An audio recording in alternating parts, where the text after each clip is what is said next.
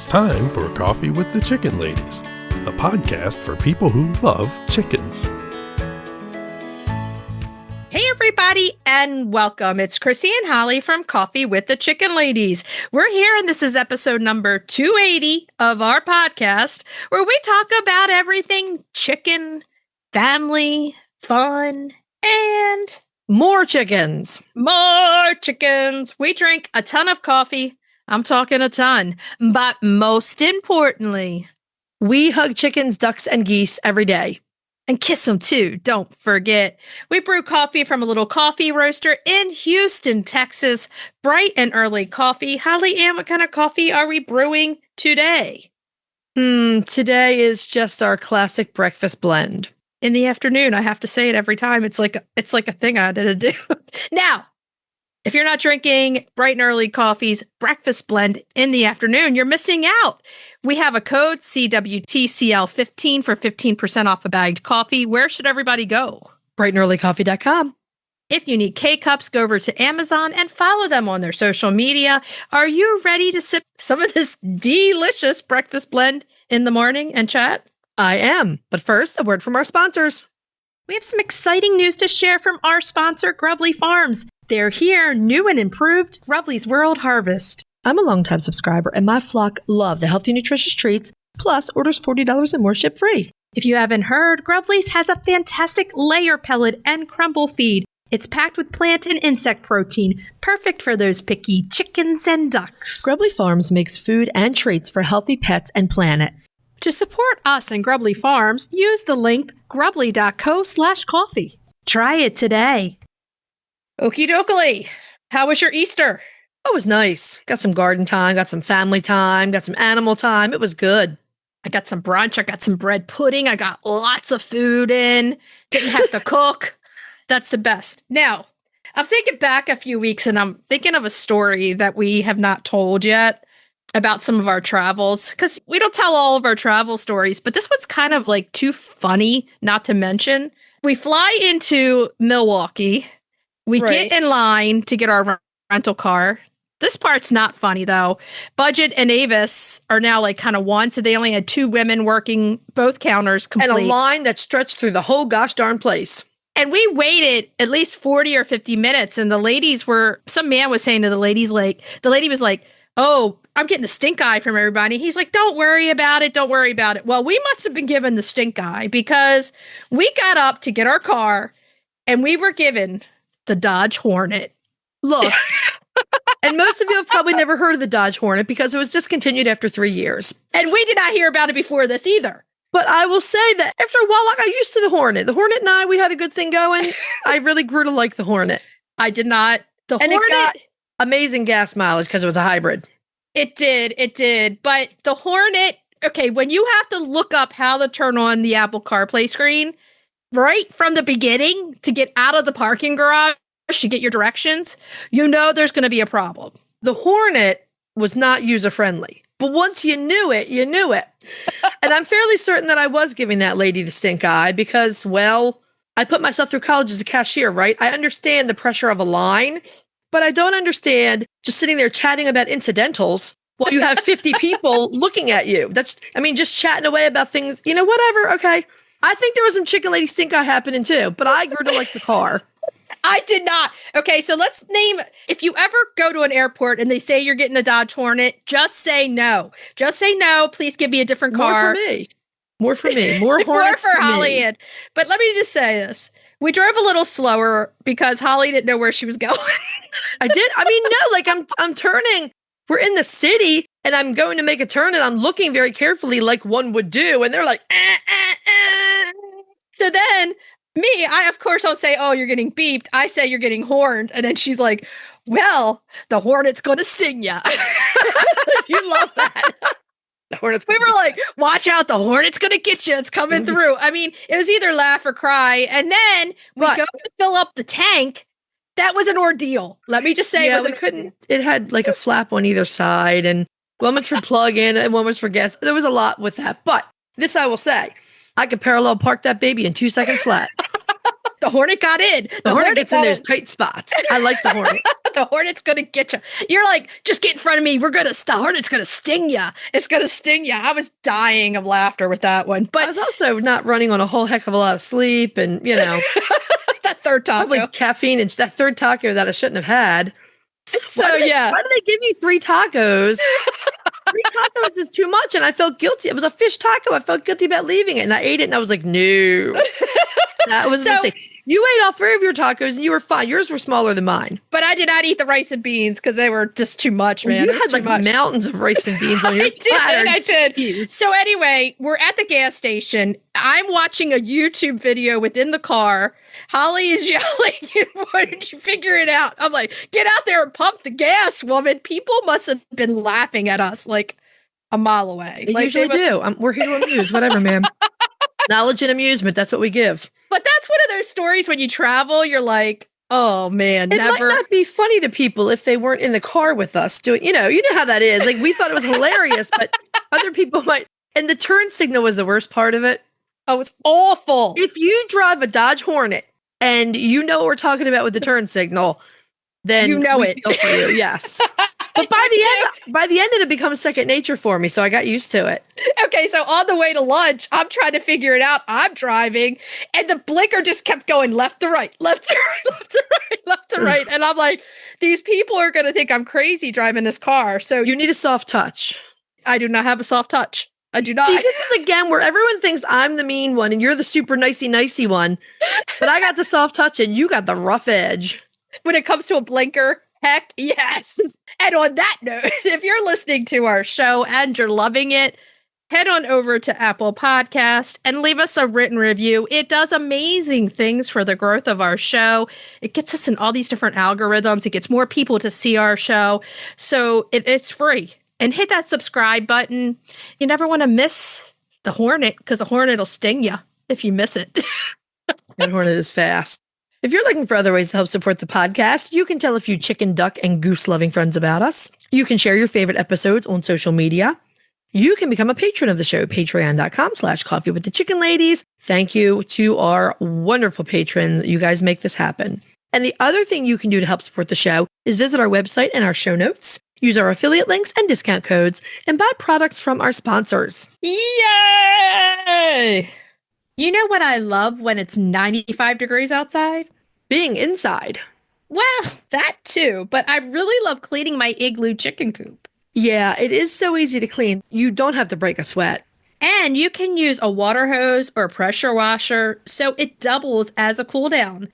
I also love those run covers. Oh man, the shade is superb. I go into the run to cool off.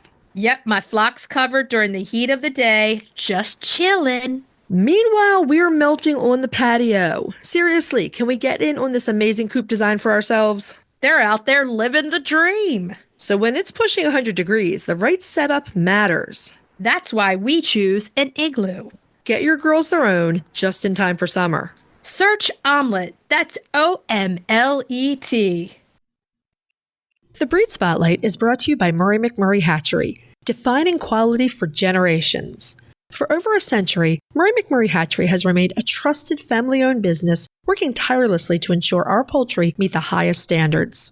Whether you are an experienced enthusiast or just embarking on the journey, look to McMurray Hatchery for guaranteed quality, rare and heritage breeds, low minimums, and all the supplies you need to raise your flock. Request a free catalog today. It's a very warm on an island, a very warm on an island. Yeah, yeah, yeah. It's time for the breezy breed spotlight. Yeah. Yeah. Oh, did you hear it? My dog was singing along with you. Did you hear Tulip? She thought that was pretty. So, it was awesome. I had the beat. I really think we need to record when I do this, and then people would just laugh their butts off since I'm like dancing as I sing it. Okay. Okay. Yeah, we'll make a note of that. I feel the beats. I'm like, yeah. Oh, yeah, yeah. Well, this week's breed spotlight is the beautiful Sumatra chicken. Oh, yeah. The very beautiful Sumatra. This is a stunning chicken. They are a rare breed chicken originating on the island of Sumatra, where historically they have largely resided in large feral colonies. Oh, yes. And if you don't know, Sumatra is an island in Indonesia. The equator runs right through the middle of the island, so it is a hot and tropical climate. Hot and tropical makes an excellent place for chickens to go feral.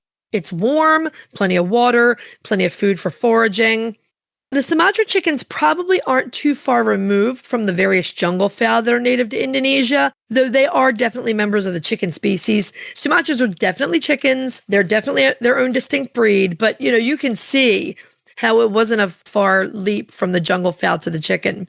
Oh, yeah. I mean, the thing is, too, on these islands, even like in the U.S., Key West, these chickens are small, they're heat hardy, they're... Tropical environment works for them. Yeah. So apparently the Sumatras were used as fighting birds, but a lot of historical reports say that they were not great fighters. The males were only aggressive to each other during mating season. So, okay, not great fighters is not a bad thing, right? Yeah, we don't want this anyway, so yeah. They are elegant, graceful birds that are currently found in the threatened category of the Livestock Conservancy's Conservation Priority List. Uh-oh. Sumatras were first imported into the U.S. in pre-Civil War time period for use as fighting birds. Boo. Some of the importation also may have been to breed the birds into existing fighting bird programs. Cockfighting was still a popular sport in the 1850s, it's awful. 60s. I mean, it's so awful. You're having a hard time even saying it because let's just talk about fighting program. No, these were illegal things. They weren't illegal at that point, but not nice people doing not nice things to animals, and we hate it. You would be surprised at some of the people that had fighting cocks, people that we think of as noble.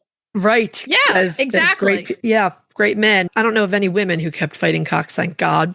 It's also possible that among all of this cockfighting, there were people who imported the Sumatra to develop lines for exhibition and showing.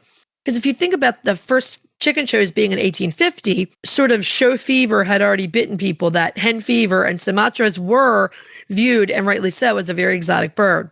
Right. Sumatras, if you don't know, they're one of the beautiful long-tail breeds like the Phoenix and the Yokohama. The roosters have these super long, beautiful tail feathers. I mean, it goes with the climate, too, because you would not want to be in a frosty, snowy climate with a very long tail hanging behind you. Or like Maryland mud season or any... No. So the first documented Sumatras arrived in Massachusetts in 1847, and there were more importations in the early 1850s. They showed up in the UK and Germany in the 1870s.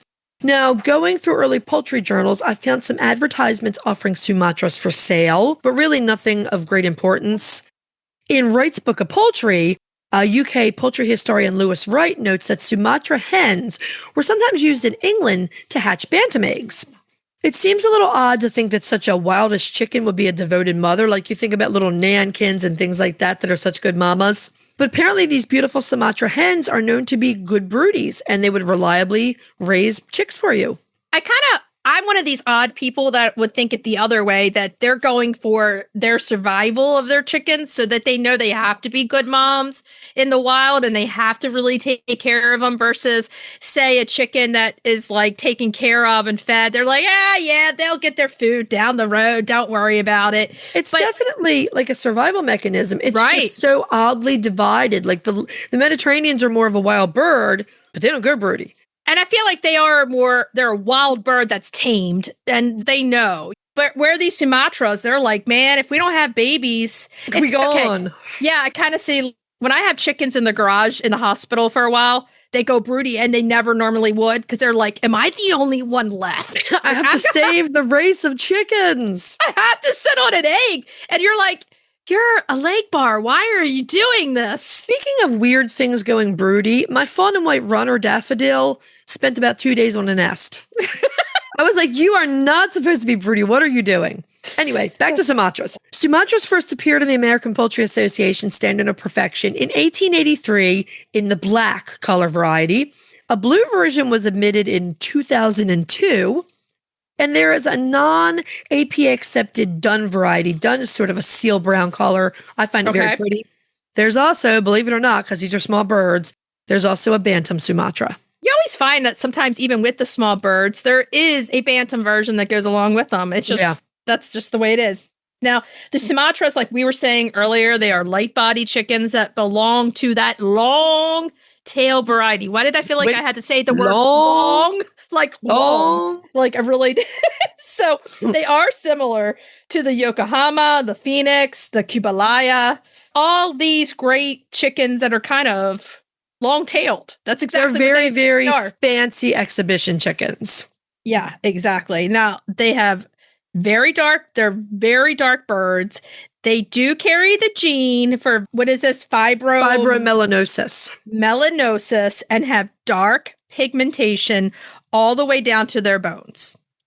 Just like silkies. Just like the silkies, their skin color may vary. Sometimes that gene doesn't have full expression and you get not as dark coloring. So that's good too. Now, they have a small pea comb. Keep in mind, a small pea comb, but they're in the tropics, kind of don't really go together, but it works for them. Very small wattles and earlobes. When you think about it, they're in a tropical environment. How are they doing this? Probably because they're such tiny birds. They're little. They're little. Now, they have black slate legs and feet, and males have extra long flowing saddle and sickle tail feathers, which will require extra care to keep clean. Now, the hens have a long tail as well, but it just sticks out behind them. Baby got back. That's all. Baby got back. Baby got back. Like the Kubalaya, the Sumatra roosters have multiple spurs. They may. That doesn't occur on every rooster, but they may have multiple spurs. It's just like the hornet. You're going to get it. Those spurs are going to get it. The hornet's going to get you too. I think you like the hornet secretly, and you just... No, I like to hate the hornet. It was just too funny. It's either laugh or cry, and I'm choosing to laugh myself silly over that one. So the most common color is black.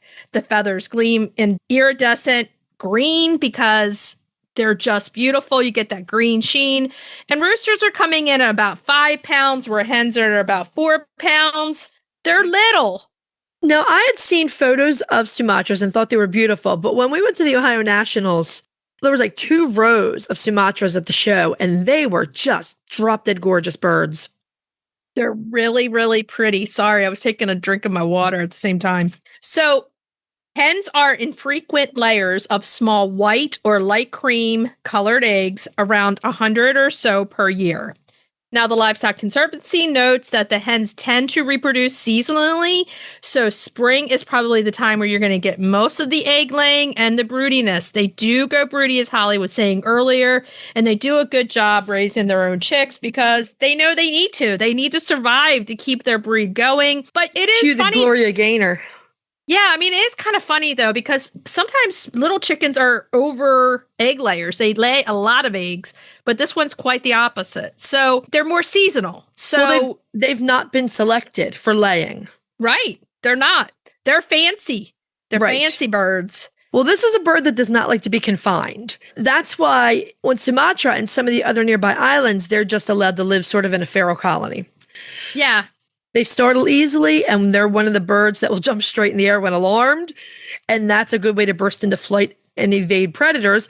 But it's also a good way to burst into flight and fly away from you if you need to handle them. Now, if you live in a predator-saturated area, you'll want to give these birds an extra large run because you don't want to let them out and get into trees. They're little, they can fly. So you need something like an aviary. Free ranging will be tricky because you're going to be chasing these birds and they're going to fly and jump up into a tree. And that's not going to be fun either. If you do an aviary, it needs to be a big aviary. They need a lot of space. Yeah, because you don't really want to take them out. I mean, there's something to say if you have one from day one and maybe you train them that way. Chickens are highly trainable. Maybe they won't, but light body means flying.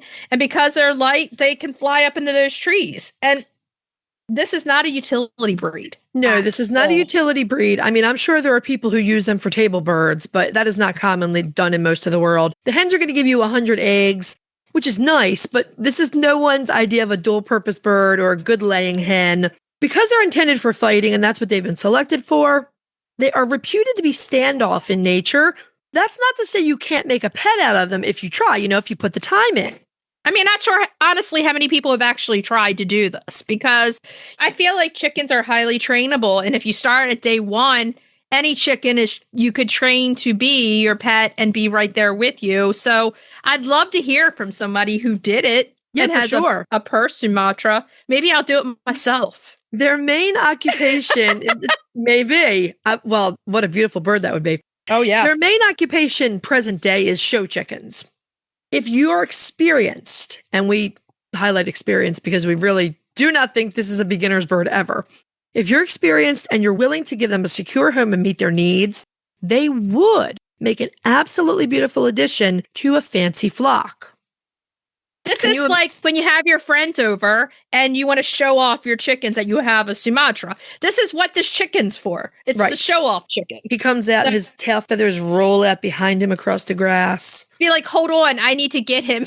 And then I have somebody carry the tail behind him. His royal tail bearer. So here's the big question. Where can we find them? McMurray Hatchery sells black Sumatras as straight-run chicks in limited quantities. You can also check with the Livestock Conservancy's Breeders Directory or try the American Sumatra Association website and Facebook page. This is a bird where you want to buy the healthiest stock that you can. Because I hate to say it, there are plenty of unsavory people still breeding this bird and using it for not good purposes. So go to McMurray Hatchery because you know they're great there. Are you ready to dive into the fascinating world of backyard ducks? Look no further than Metzer Farms, your premier destination for top quality waterfowl. Whether you're a seasoned breeder or just starting out, Metzer Farms has everything you need to elevate your flock to the next level. And if you're passionate about call ducks, you're in for a treat. Metzer Farms hatches a stunning variety of call ducks, meticulously bred for their miniature size, beauty, and calm temperament. From snowy whites to vibrant colors, each duck is a masterpiece waiting to grace your backyard. Visit MetzerFarms.com today to browse their extensive selection and start your journey into the wonderful world of waterfowl. Metzer Farms, where passion meets perfection. If you're looking for a chicken coop that's produced in a planet-friendly, sustainable way, try Nestera. Each coop is made from highly durable, 100% recycled plastic that keeps the equivalent of up to 2,000 shampoo bottles out of a landfill. Their clean, modern design will fit into any garden or run area and comes with an industry-beating 25-year warranty and a range of handy accessories. Simple to put together, so quick and easy to clean, and most importantly, red mite resistant. Your chickens will love it. Quick shipping from Nestera.us. For a 5% discount, use the affiliate link in our show notes, on our website, and on Instagram. Link in bio. Check them out today. Eaton Pet and Pasture is a farmer-owned company based in upstate New York that creates USA-made sustainable products for backyard chicken keepers.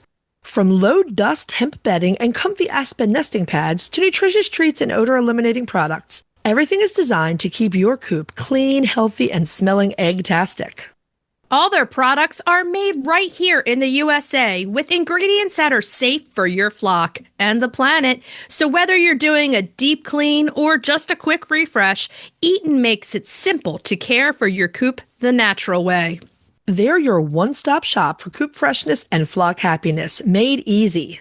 Visit EatonPetAndPasture.com to explore the full line of flock favorites and use the code COFFEE at checkout for a first-time purchase discount. Okay, so are we ready to move on to main topic? Yeah. This week we have one of our favorite guests. We have Ginger Stevenson, the marketing manager from McMurray Hatchery. We're going to do a little catching up, talk about some new breeds. Ginger, it's wonderful to see you.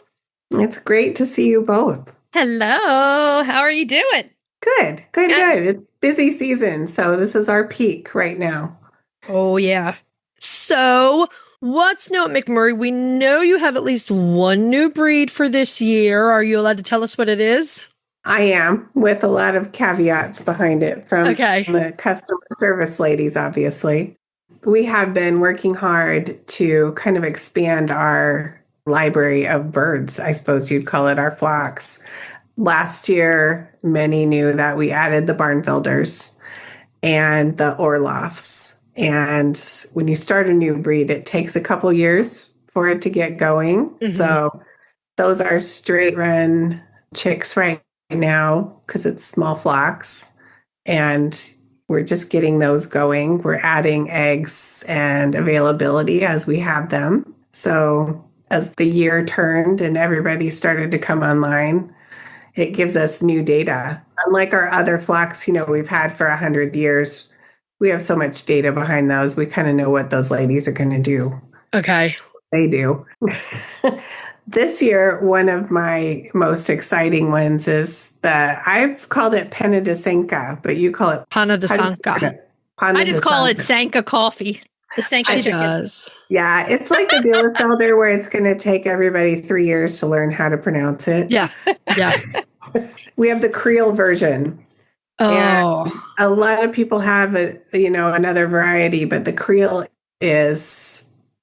it's similar to our Bielefelders in that, that barred pattern. The roosters are going to be beautiful. And the eggs I'm super excited about. So as that flock gets going and we get a couple seasons in us and we start to refine the selection for these birds and what we've got, these eggs they're dark, similar to like a Moran's egg, but more of a terracotta color. And they are a little bit more matte than some other eggs. I'm just going to tell the listeners, we spotlighted the Pana de Sanka a couple months back. They're really, really fascinating. That Creole is similar to the barring on a barred rock, but it's gold tones and copper tones instead. Absolutely beautiful. And like Ginger said, they lay a dark brown egg. They're a Mediterranean breed, so small-bodied and all the other things, like good layers, all the things you would expect from Mediterraneans. Right. They are great. They're active birds. They're more of kind of an independent bird, not kind of like your lazy round hen. So they seem to be a little bit more alert, and they might be a good potential for more of a free range kind of a setting, as opposed to, some of the ones that like a small coop.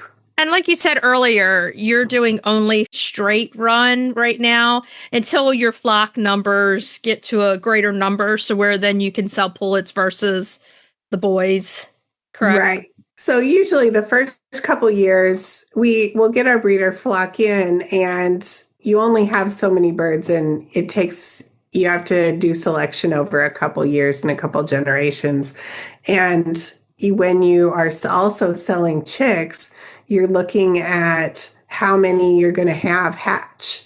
And like I said, when we have a breed for 100 years and multi-generations, we know full well how many chicks are going to hatch based on the data over time for those flocks. And you just don't have that data for a couple years, and at least not enough that you can really put it on sale without that. So usually some of these newer breeds, you'll get on there and it'll say there's only availability for 1 or 2 weeks, because that's when we get eggs in on a Thursday and then we enter those eggs. And so you'll see those come for sale 3 weeks after that. Okay.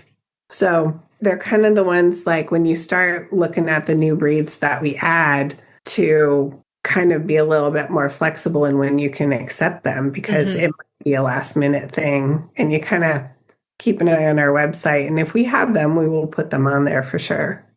Okay. That's awesome. Great. Yeah. I'm really thrilled you guys have them. They're such a neat bird. Like good foragers, a good homestead breed if you're looking for layers. They're really, really cool birds. Yeah, I've really enjoyed them. I get to go and spend time with them and take pictures, and it's kind of nice. So, and they have a cool name. So yeah, we're working on getting everybody to be able to pronounce it by next year, probably. It's okay. Just call them the Sanka chickens. It's good. So, what else is happening around the hatchery this spring? Spring is a good time of year for us. It's busy. The whole staff is in, as opposed to like the winter when the seasonal are gone. It's a little new this year because about a year ago, the post office switched our ship times. And so that turned half of our staff to a night staff. Oh. So it backed us up about 12 hours. So we have had a little bit of change over the last year. We have young families, and our employees are little parents, newlyweds, a lot of people having babies. And to switch people to a night shift, that was a big change. to get things done. I think people don't understand how much of a change that is, because that not only changes when they pack the eggs, but then you back that up to when we get the eggs in and when we set them in the incubator so that they all hatch at the right time. So everything kind of moved back except for the front office. So by 12, so essentially an entire half a day, you had to switch everything in the operation. Yeah, it was pretty quick. It happened mid-year, and we had to start moving back so that instead of like leaving end of day and shipping overnight, we had to leave by 11 a.m. and get to the airport, which is 2.5 hours away with the truck. So it backed us up a lot. So there was a big change. This year we were a little bit more ready for it because we had 6 months under our belt. But yeah, I used to do live Facebook lives and Instagram lives, but by the time I would get there and people would be awake, they're all done now. So that's a shame. I used to enjoy when you did those lives, like all the chicken packing, and you'd show all the different breeds. Yeah, we were always on those lives when you were doing them. I'm trying to figure out how many people might wake up for me if I go in the middle of the night for them.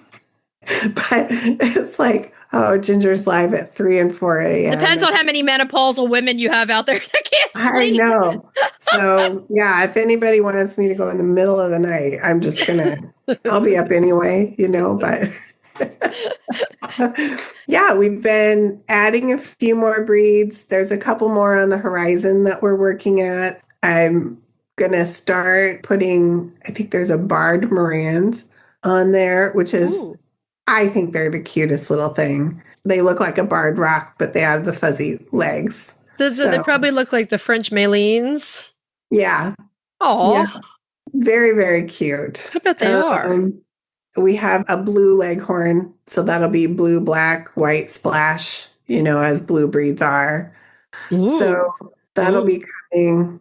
And as we see eggs. So get new ladies, you got to get to know them. So. Right. Oh, yeah, nice. And the Barnevelder's back on the catalog and the website. We know the Barnevelder is a highly anticipated chicken because they're gorgeous.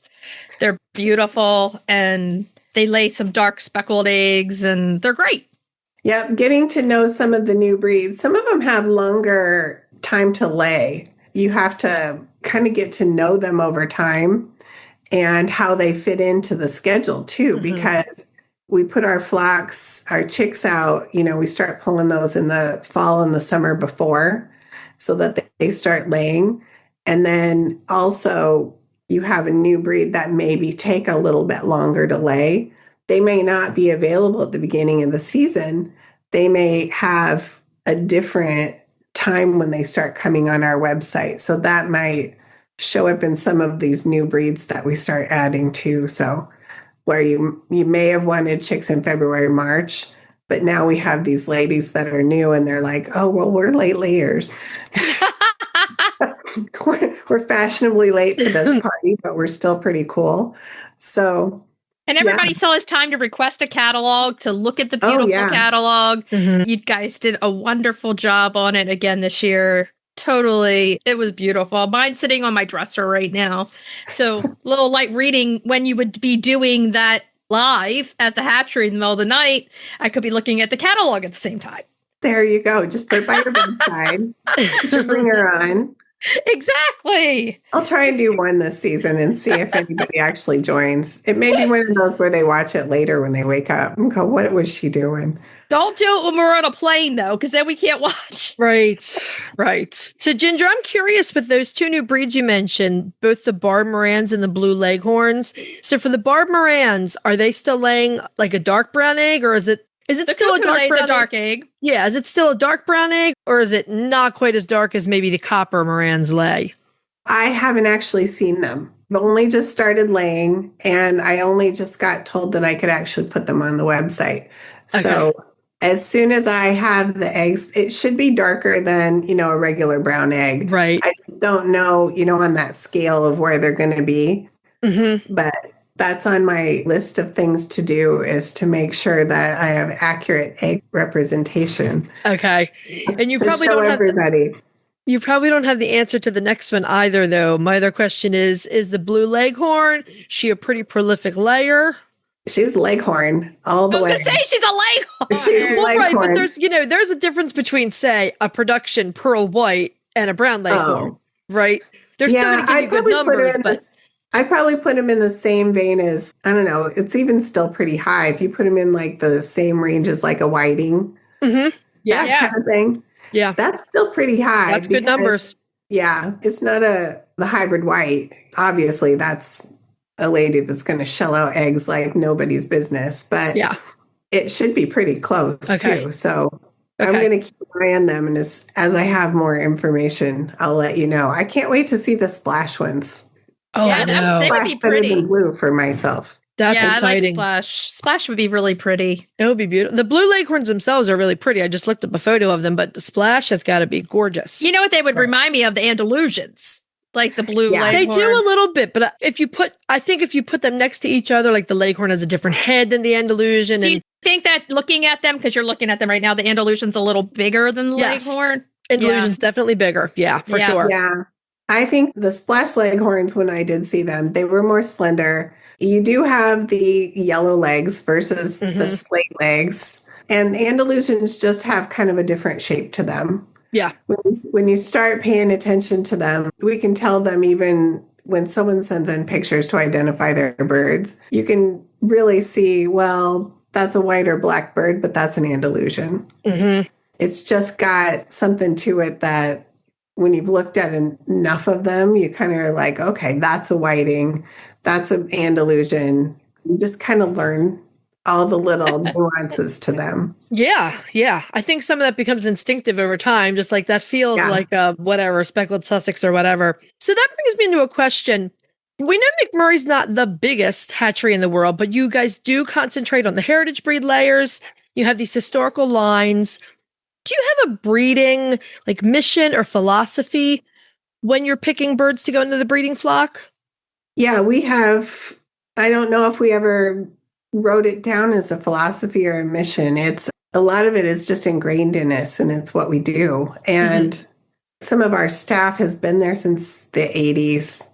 There's guys that have been there. They haven't really worked elsewhere, and they're going to retire.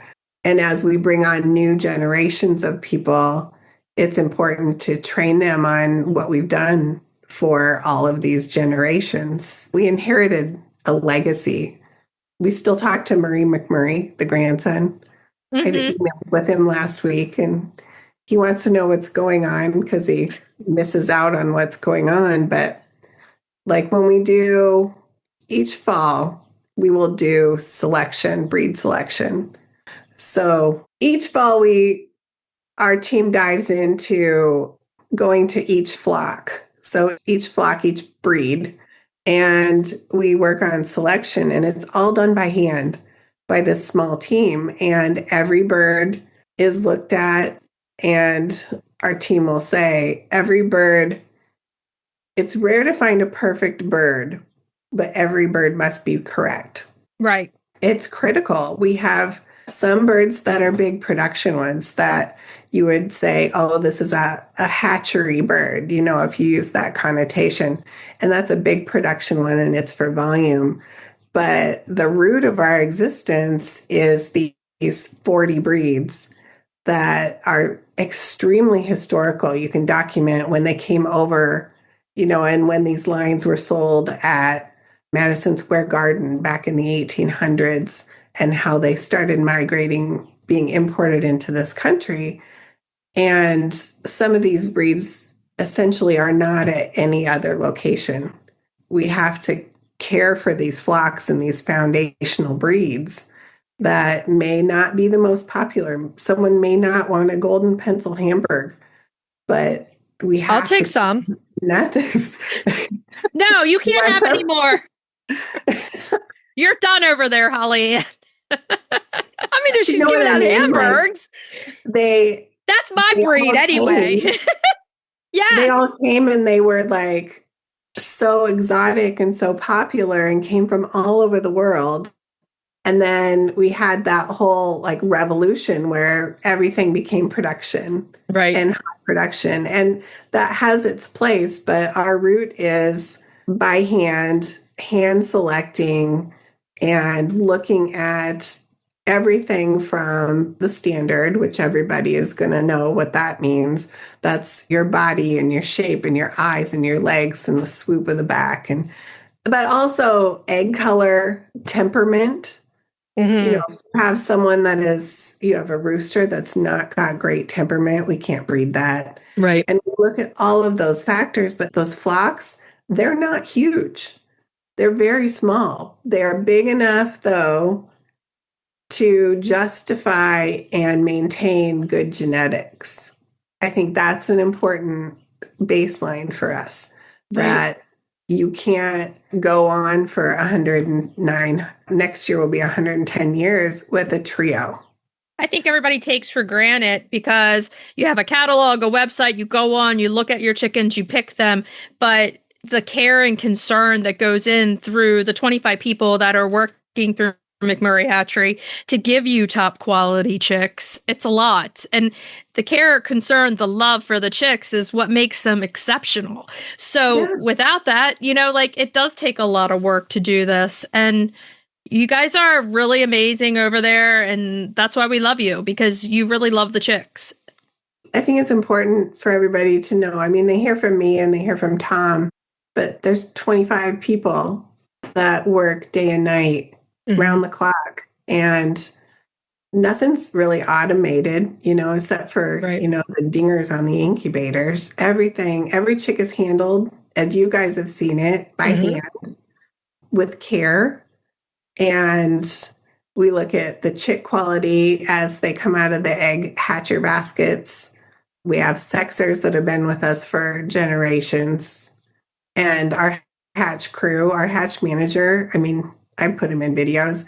He's been there for a long time, and he'll be greatly missed when he does retire someday. But yeah, and we've been there. It's a beautiful facility. It is a spotless facility. Yeah, it is spotless. And I find it very reassuring that even though these aren't the most exciting breeds, they're some of the most practical. I can go to McMurray Hatchery and know that my Jersey Giants, my Delawares, my Rhode Island Reds, again, not really exciting birds, but they've got this 100-year-old legacy. They're bred with care. They have these ties to the past. I love everything about this, that it's small and deliberate, but you supply a lot of birds to a lot of people every year. Yeah, the fun thing, though, the people that we supply birds to, you see them for generations now, too. Now I've been long enough that I'm starting to see people return, and then I learn their kids. I'm going to tell you a story before we run out of time. There's this little kid, and he lived in New York, and then his family moved to Connecticut so that they could have chickens. And he's now like high school age, but when he was little, he had letterhead, which I thought was the cutest thing. And he wrote me a letter that I have on my wall. And he asked me if I would send him birds without telling his mom, obviously. So I had to tell him, okay, buddy, I got to tell your mom. But now I get Christmas cards from them, and I'm sending them birds next week. Oh, yeah. They're getting lavender Orpingtons and buff Orpingtons and all the little things now. And he's grown, and his little siblings are now the little chicken lovers. That's my favorite thing about these people that we ship our birds to.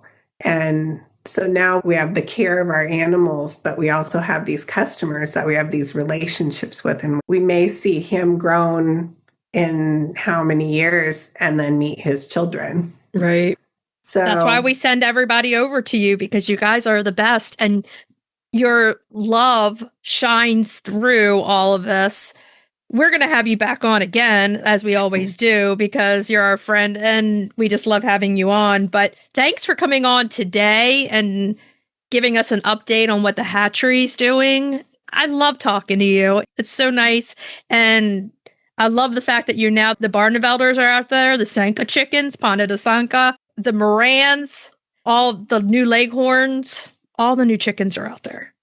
Yay. So good to talk to you guys, as always. You too. Thank you for that glimpse into, I guess, the daily life in the hatchery. I think it's just wonderful to know what goes into our birds. Yeah. We'll talk to you later. Bye. We just want to thank Ginger one more time for a great conversation. It's wonderful getting some updates, what's going on at McMurray, and we always have such fun conversations with her. She's such a good friend. If your flock could talk, they would thank you for shopping at Eaton Pet and Pasture, your one-stop shop for coop freshness and flock happiness made easy. From their all-natural USA-made favorites like hemp bedding, roost refresh, and nesting pads to convenient product bundles that make chicken care simple, Eaton has everything you need to keep your coop clean, cozy, and odor-free. Check them out at EatonPetAndPasture.com and use code COFFEE at checkout for a first-time purchase discount. Are we ready to move on to cracking the eggs? Cracking those eggs. Now, today we're doing yet another savory, but we like the savory sometimes in the spring. We're doing Savory Asparagus Filled Crepes. Yummy. It is spring, and we're leaning in the recipes that spotlight eggs and early garden produce. And brunch, because it's a time for brunch. I can't even keep track of how many eggs I have. Okay, I think I have like 9 or 10 dozen in the fridge right now. I got you beat. And 2 dozen on my counter. I'm telling you, we can't eat eggs fast enough. I'm giving them to my sisters, my mom. Take the eggs, please. Yeah, this recipe is kind of one that you could see at like a Sunday farmer's market, at a food truck. So April is also going to be our brunch month. So this is another really great brunch recipe. Brunch is so nice. Oh, this is a light and simple dish as it is. So it's a nice vegetarian entree, but you can also add cooked mushrooms or cooked chicken if you want to make it heartier. Yeah, definitely. So let's go through the ingredients that you're going to need for the classic. For the crepes themselves, you're going to need 2 large eggs, 1 1/4 cups of whole milk or dairy-free. Holly Ann likes to use oat milk in hers because it's the best kind of stuff you can use for cooking. A cup of all-purpose flour, gluten-free, oat flour, or you can buy any all-purpose 1-to-1 gluten-free flour works. 1 tablespoon of melted unsalted butter or dairy-free. Holly Ann uses the dairy-free Earth Balance. 2 tablespoons of melted butter or dairy-free for brushing the pan. Let's just say you can either get butter or dairy-free. It's out there. I know, right? This is our classic crepes recipe, which I did several years ago for a show. Yeah, we did it.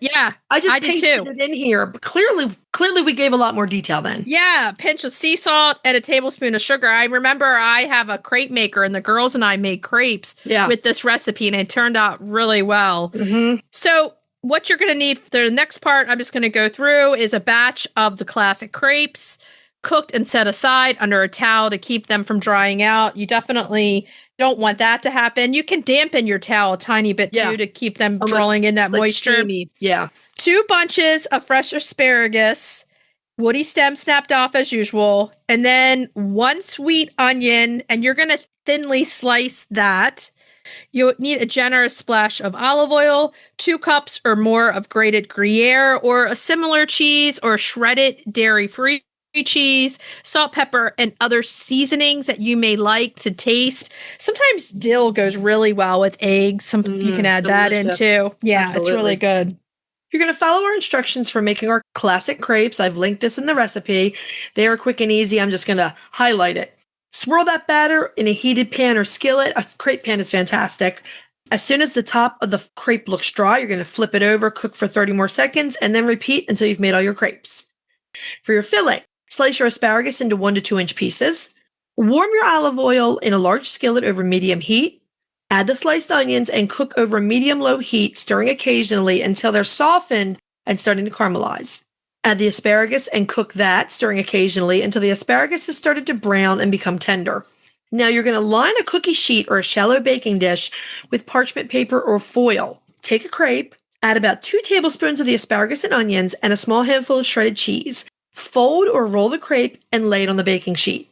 Repeat with the remaining crepes until you've used up all the ingredients. You're going to pop this dish into an oven preheated to 350 degrees for about 10 minutes. That gets the cheese melty, the crepes and the filling warmed, gets everything where it wants to be before you serve it. And then that's it. Serve and enjoy. It's delicious and cheesy and so good. I like this too for a brunch because you can make a bunch, sit them on a really pretty serving plate, and everyone can just grab one and go. And it's really healthy, hearty, and it goes along great with the sweets that you're going to be putting out also. Okay, so try it. You might like it. Let us know what you think. Okay, so let's move on to retail therapy. Retail therapy. Yeah. This week's retail therapy, we're going to talk about spring-themed table settings. We use these at Easter. Mm-hmm. What are the fun things that you can do and where can you get them? This is one of these things that you don't always have to have vintage. Vintage is fun. So your local thrift stores right now are loaded with springtime stuff, which includes chicks, ducklings, lambs, bunnies. I mean, lots of bunnies, baby bunnies, eggs, various egg things, egg cups. Yeah, this is a time to really, and a week or two ago too, is to load up on that stuff. Now, one of the few of the main places that have this stuff, Home Goods, TJ Maxx, Marshalls, all those easy places are covered with springtime, with chicks and stuff. Go ahead. I like to do a different theme every spring. Like I might do lambs one year and I might do ducklings one year. But this year, since we're being buried in eggs right now, I think abundance is my theme. And Tractor Supply has, I kid you not, vases that are a goose head. Oh, they have everything goose this year. I know. There's a lot of goose. So I'm getting one of these vases. I'm going to put some kind of, I'm either going to, probably forsythia, because I think our pussy willow is done for the year. But yeah, humongous spray of forsythia coming out of the duck's head, and then just bowls of eggs, I think. On a really pretty lace tablecloth. I mean, here's the thing, too. Springtime, you can even use your egg plates that are made for deviled eggs just to display your rainbow eggs on your table. Absolutely. In the middle, you can put something else. You can put a flower. You can put something to dip. You can put a goose head filled with flowers. Yeah, I love using the really little salt and pepper shakers that you can get all around the table for place cards, just to give someone a brunch, just to kind of put it everywhere. Vases are big. We want to see your springtime tables. Show us. Give us a story on Instagram. We're going to put some pictures up of ours because this is one of our passions that we like to do. We love to create tablescapes, and it's just fun. And it's a fun way to use all your vintage and thrifted things and use them with a purpose rather than just getting them and saying, I really like this. Use them because that's what they're for. This is the season of the egg. It is egg extravaganza. It is eggarama. It is egg. I mean, Mirabelle the goose was trying to go broody yesterday, so I swooped in there this morning and grab the eggs out of the nest. This bad gander goes in there and encourages her to sit. Well, here's the thing. Last year, if she did that, you didn't have to worry. This year, you do. That's right.